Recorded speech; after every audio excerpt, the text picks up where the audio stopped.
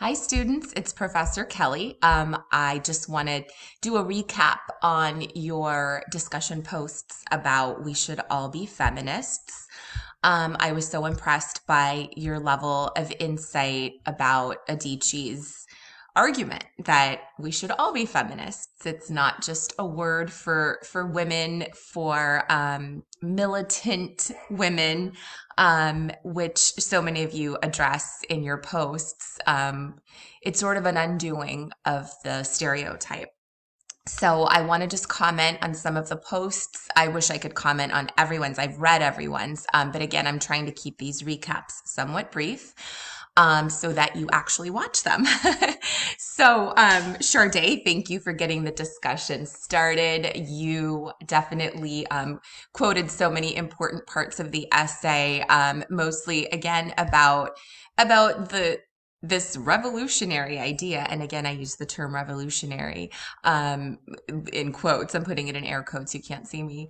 That it can be a norm. The role reversals don't even need to be called role reversals. They can just be part of life. The sharing of household duties doesn't have to be this feminine or masculine or anti-mass. I'm going to get into the word masculine in a minute with another post. But again, just the undoing of these roles you touched on. So great job there. And I'm gonna try to get through this a little bit quickly.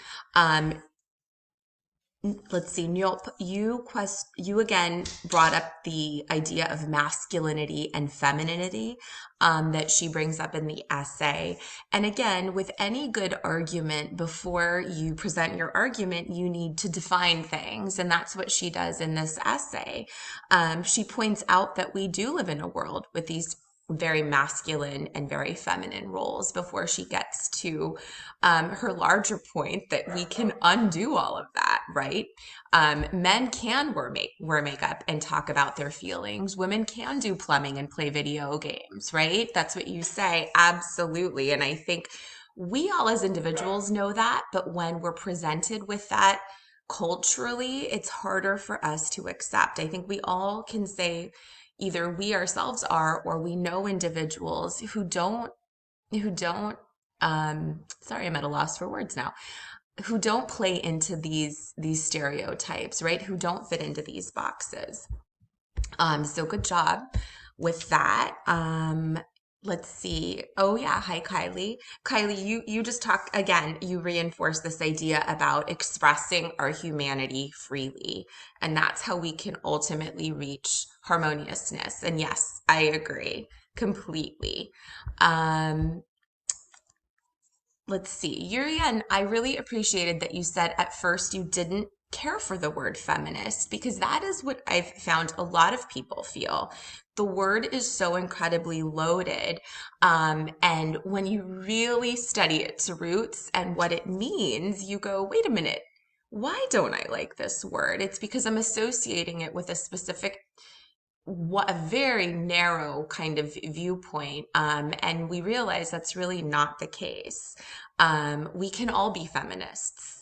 You don't have to be a specific gender to consider yourself a feminist or belong to a certain political party or a certain group. It doesn't have to be that way. It really is just a way of life. Um, let's see, I'm just going to kind of keep going. Oh, Kayla, you mentioned the Women's March.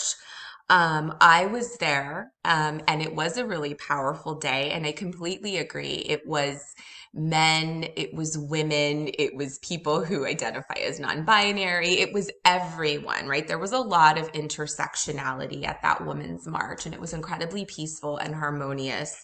And I would argue even joyful, right? It kind of undid this notion that fighting for women's rights is something that has to be angry and militant.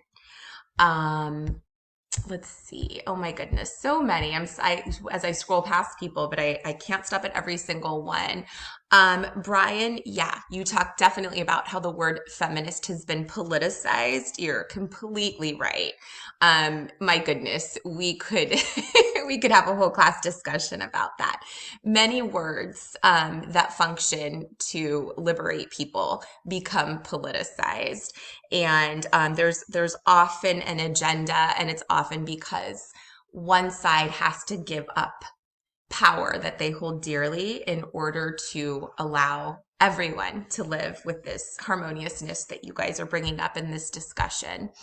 So yeah, definitely very true that it's been politicized for sure. Ellie, you bring up the word emasculate, which is one of my least favorite words. And you obviously bring it up in the same way that I think about it. This idea of men being emasculated is there is no equivalent word for a woman, right? Who to take, because again, the word emasculate basically means to make a man feel less powerful. There is no word like that for women, so I think just the existence of the word alone shows that there's a problem, right? That we had to name this idea of a man not feeling like a quote man. And again, we want to get away from that.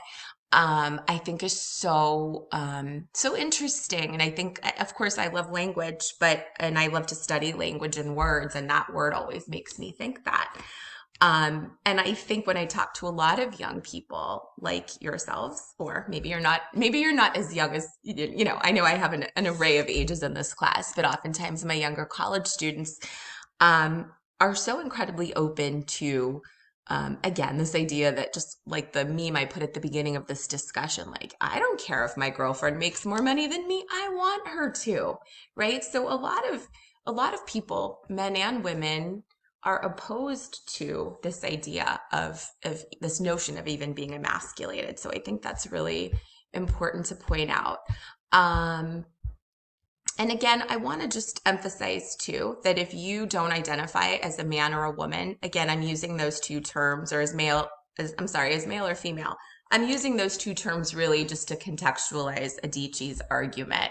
But I understand too that there are different ways that you can identify and see yourself as far as gender goes. So again, I accept that language is limiting. So at this point, I'm using the word male and female a lot, or men and women, to talk about her argument.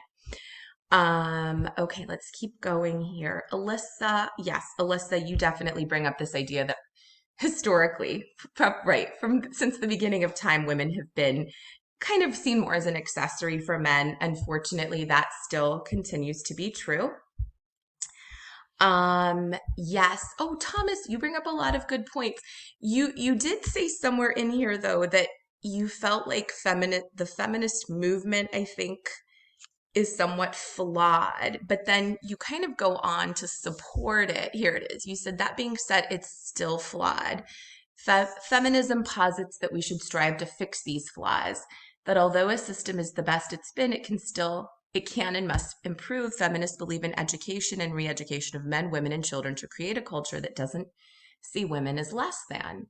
Education is the tool of the majority of feminists, not shame and violence. So again, that all sounds good to me. So I'm wondering what the flaw is, because you said there's still a flaw, but you didn't really explain it. Let's see, wanting to say hi to everyone. Yes. And I think Noemi, you mentioned again that again, Chimamanda Ngozi Adichie also says this, that it's a disservice to men and young boys that we all don't strive for feminism, because men are emotional and should be allowed to share those emotions. And yet masculinity teaches that you're supposed to hide your emotions and block them. Oh, Jack, you bring up a really interesting point that again, if we were in class, we could talk about it for a long time. You believe we shouldn't even, the idea that even needing a word, right, for equality, like the word feminist, you feel like you wish there wasn't a need for the term.